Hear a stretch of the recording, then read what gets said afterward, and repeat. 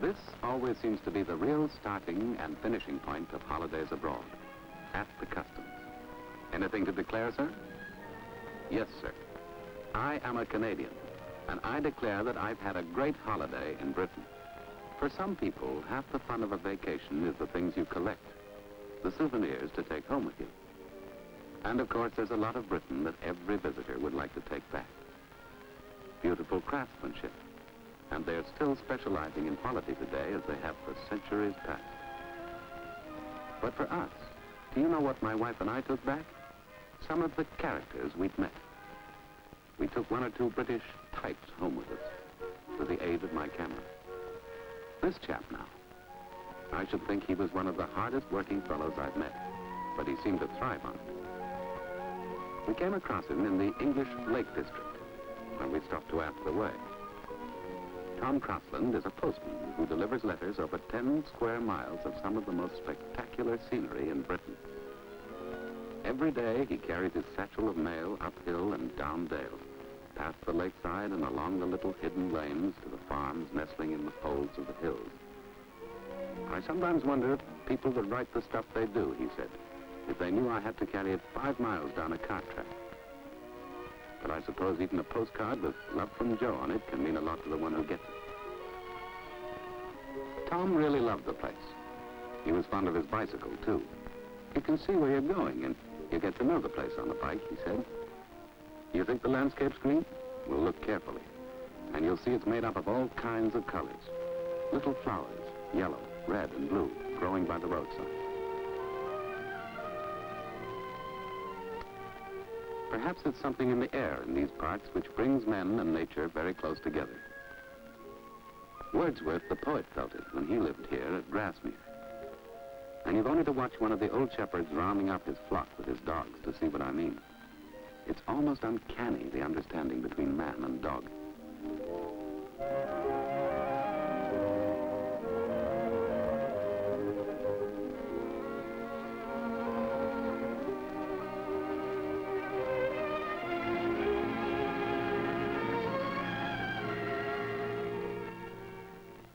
When we left the lakes and streams of Westmoreland and traveled north to the lochs and burns of Scotland, we met another man who knew a lot about animals.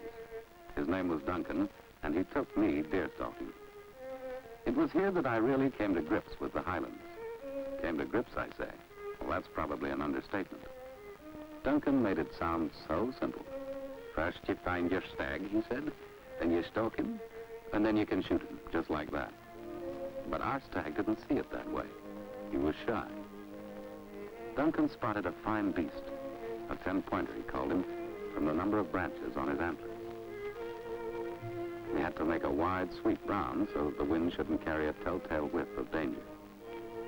Duncan knew every trick, when to creep forward and when to freeze like a stone. I got heather in my mouth and bog water in my boots.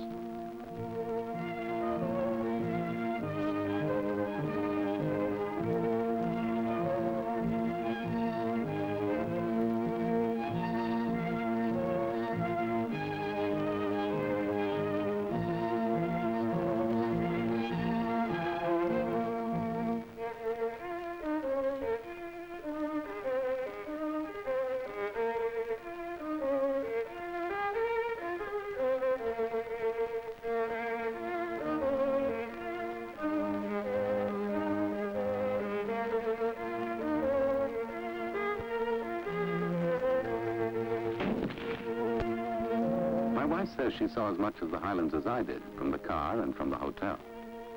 But she doesn't know what she missed. All she shot was a picture of Duncan and me when we got back. And some of the other types I met. Ah, yes. Here's another sportsman. We met him in Wales, where he was fishing the Mulvach River for salmon. The rivers that run down to the west coast of Wales, the Dovey, the Rheidol, the Ystwyth, and so on, like the rivers of Scotland, give some of the finest salmon fishing in the country. Mr. Hughes told us that he liked to spend all the time he could spare in the season fishing in these cool waters.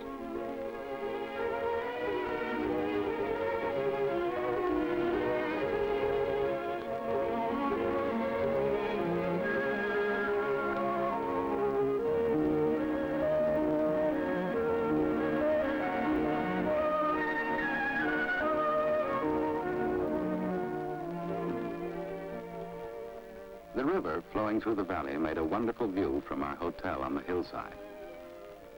And it was here Mr. Hughes brought us to fulfill his promise that when he hooked his fish, we should all share it together the same evening. Now, it's a sad thing to have to admit, but Wales has made me very greedy. I know Wales has a lot more to offer. Castles, mountains, lakes. But the fact remains that my most treasured memory is that meal, that banquet we had. It was quite simple, really, but home-cooked and prepared with love. The salmon was what we were waiting for, of course, firm and pink with green peas that melted in the mouth. The best kind of British inn has an atmosphere all of its own. A tradition of looking after the traveler which is as old as hospitality itself and as refreshing as the ale which our landlord brought up from the cellars in pewter tankards, frosted with dew. You can stay in a place like this for the price of a steak dinner in a big city restaurant back home. I don't know whether it was the company or the candlelight or the dancing fire or Mr. Hughes's fishing stories that grew taller and taller and wider as time passed. But I'll remember that evening always. We had blackcurrant pie, I remember, with pastry like thistledown. And to finish, there was a pale, creamy Caerphilly, a Welsh cheese with a slight sour tang that leaves your palate clean. What a feast. And the price for both of us was less than £1. So that's why now, when you say Wales, I say meals. And while we're on the subject, that was a fine piece of cookery we came on in Stratford-upon-Avon. Of course, a lot of people go to Stratford because Shakespeare lived there. But when we arrived, the whole town had turned out to roast an ox in the main street. They do it once a year, at the October Mock Fair. To manage a roast like that, you must start at 4 o'clock in the morning. Then you turn and baste and turn. And by noon, it should be done to perfection.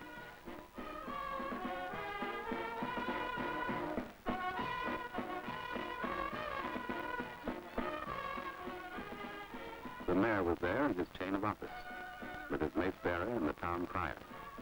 Though why it takes a mayor and corporation to carve an ox beats me. Or why you should roast an ox at all in the main street, for that matter.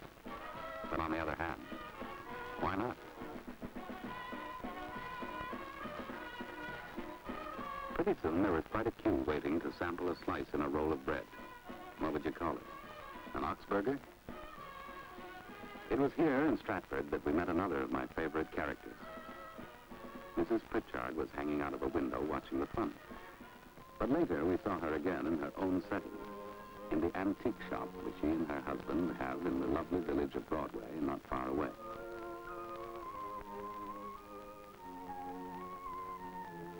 Mrs. Pritchard's shop was like a lot of others we visited, full of the work of fine craftsmen of 100, 200, 300 years ago. There were things to browse amongst for hours. Chippendale chairs and Georgian silver and lovely Worcester china. When you're a real connoisseur, there is so much to tell about the things that pass through your hands. Our friends were full of out-of-the-way stories about these lovely pieces and the people who had made them.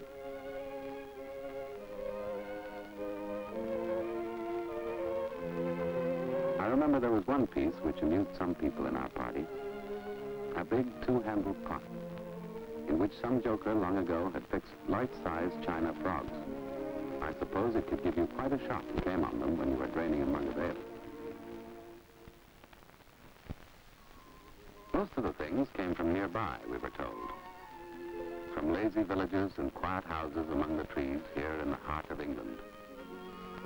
The names on the signposts almost draw their pictures. Honeybourne. How sweet can that place be? Upper and lower slaughter, if you're not feeling squeamish. The little cottages are set like jewels, but the great houses are like crowns upon the countryside. I don't know what I expected as we drove up to Chatsworth House, 4 miles east of Bacon. A knight in shining armor on a white horse, perhaps, or a golden coach ready to turn into a pumpkin. What we found, in fact, was a little girl in a tweed skirt and good, thick shoes playing with her dog. Here among the grounds where the statues seem to gleam in perpetual moonlight, the great proud house holds the treasures of centuries. A king's ransom in works of art. Chatsworth is open to everyone these days. It's a shilling or two to go in. The lovely grounds with their sparkling fountains make a good place to play in for any young lady. And especially when you happen to be Lady Emma, the daughter of the 11th Duke of Devonshire, to whom Chatsworth belongs.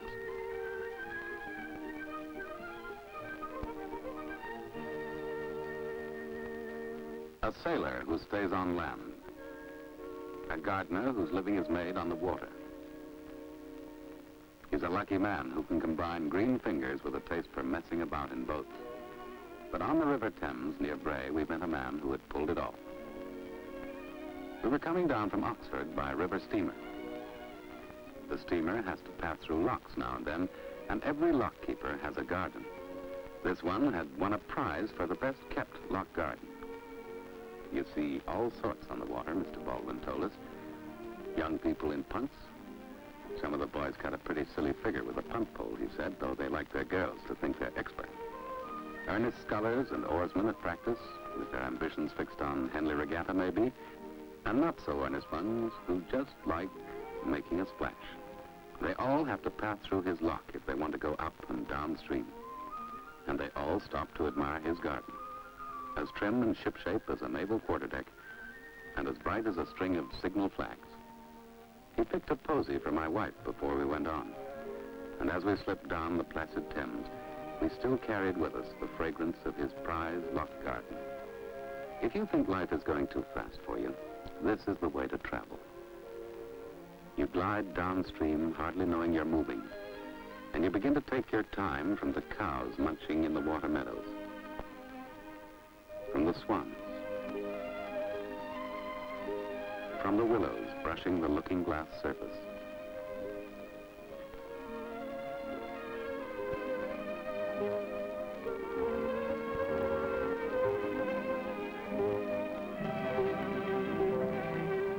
When the gray outline of Windsor Castle slid out from behind the trees, our journey came to an end.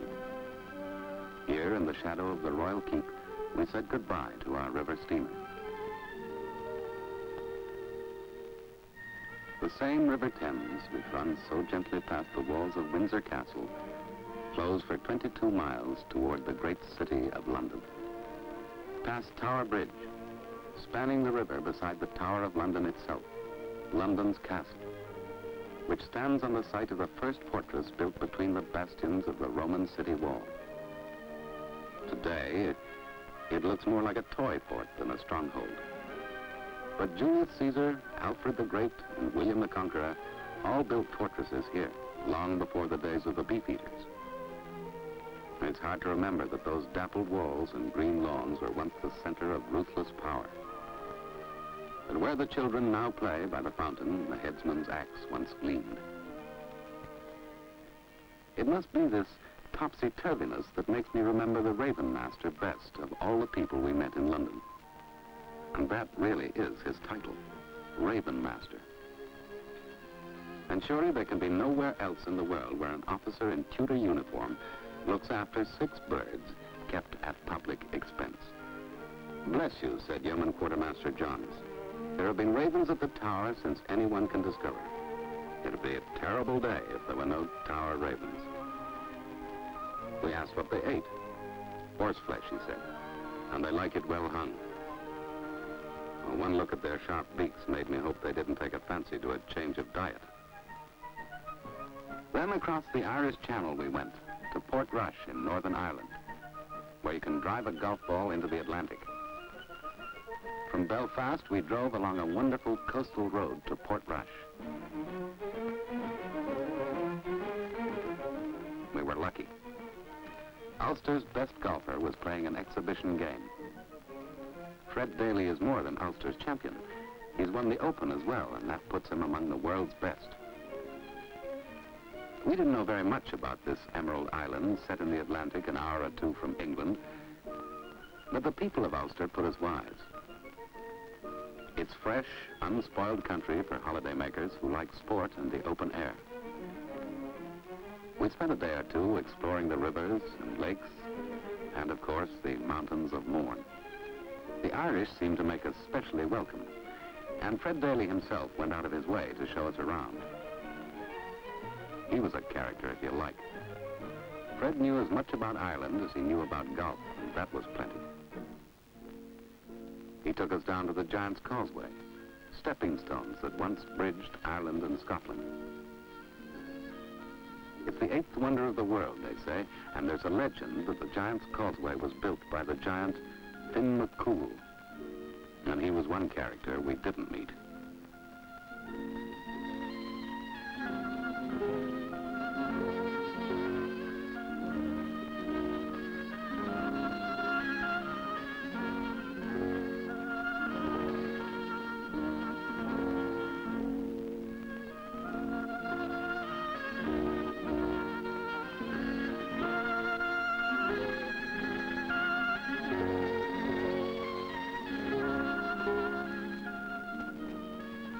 I find my memories following the causeway across the sea to Scotland. The same. Perhaps indeed I already have, for he manned the Lizard Lighthouse in Cornwall. I remember when we were coming over, we saw the light winking far down on the horizon and asked what it was. And now there we were, standing by it.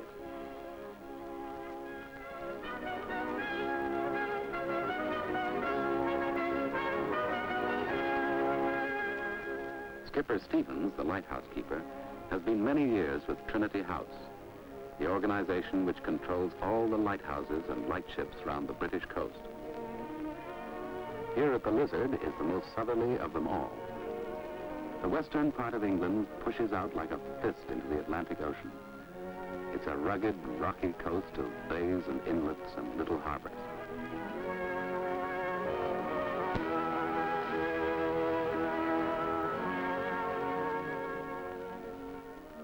People come here now for yachting and seaside holidays. But for hundreds of years, boats and sailing have been the life of these parts. And there's more than a dash of sea salt in the blood of the rugged fishermen who live in the crooked streets of these villages.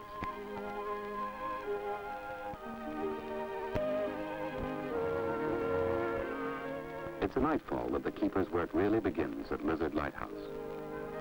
For then the great lantern begins to swing smoothly round and the finger across the horizon.